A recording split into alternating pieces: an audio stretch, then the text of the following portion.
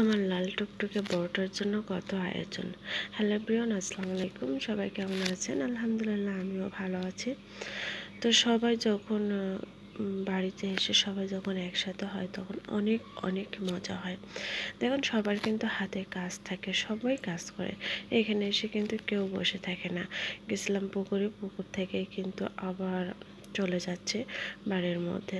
এই যে আমাদের পুকুরটা, এই যে দেখতে পাচ্ছেন, অনেক বড় একটা পুকুর। আসলে গ্রামে কিন্তু এরকম বড় বড় পুকুর আছে প্রত্যেকটা জায়গায়। আর কয় ভাই বোন যখন একসাথে হয় তখন আনন্দের কিন্তু কোনো শেষ থাকে না।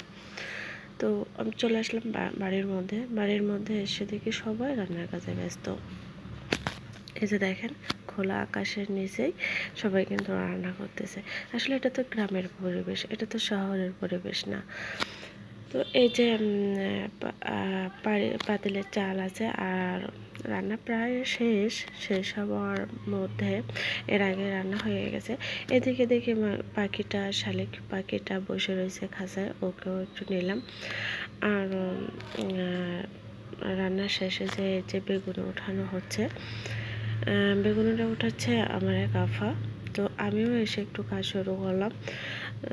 আমি আসার পরে সবাই তো কাজ করতেছে কম বেশি, তো আমিও আসার পরে একটু এগুলো ভাবে সব কিছু কেটে রাখছে। তো আমি এসে আবার অবশেষে টোস্টটা একটু ভেজালাম।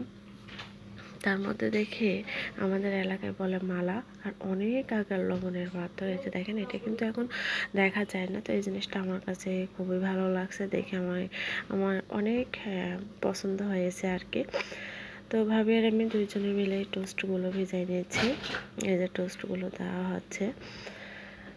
টোস্টগুলো দেওয়ার পরে তারপরে দেখি কি, এই যে পোষা মনুটা বসে রয়েছে।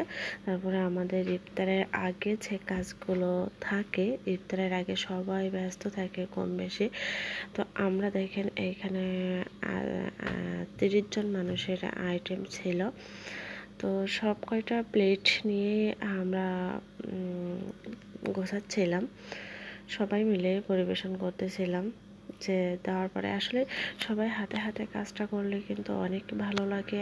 আর সবাই যখন একসাথে হয় তখন কিন্তু আসলে অনেক মজা লাগে, অনেক আর কি, সব মিলাইয়ে তো হয়। তো আমরা তো এই যে দেখেন, আমাদের কিন্তু খাবার দাবার সব কিছু রেডি হয়ে যাচ্ছে। তো মিসিং হচ্ছে, এর মধ্যে কিছু কিছু প্লেটে আঙ্গুর দেওয়া হচ্ছে না, আপেল দেওয়া হচ্ছে না, এই নিয়ে একটু হাসাহাসি হচ্ছিল। আর ওদিকে হচ্ছে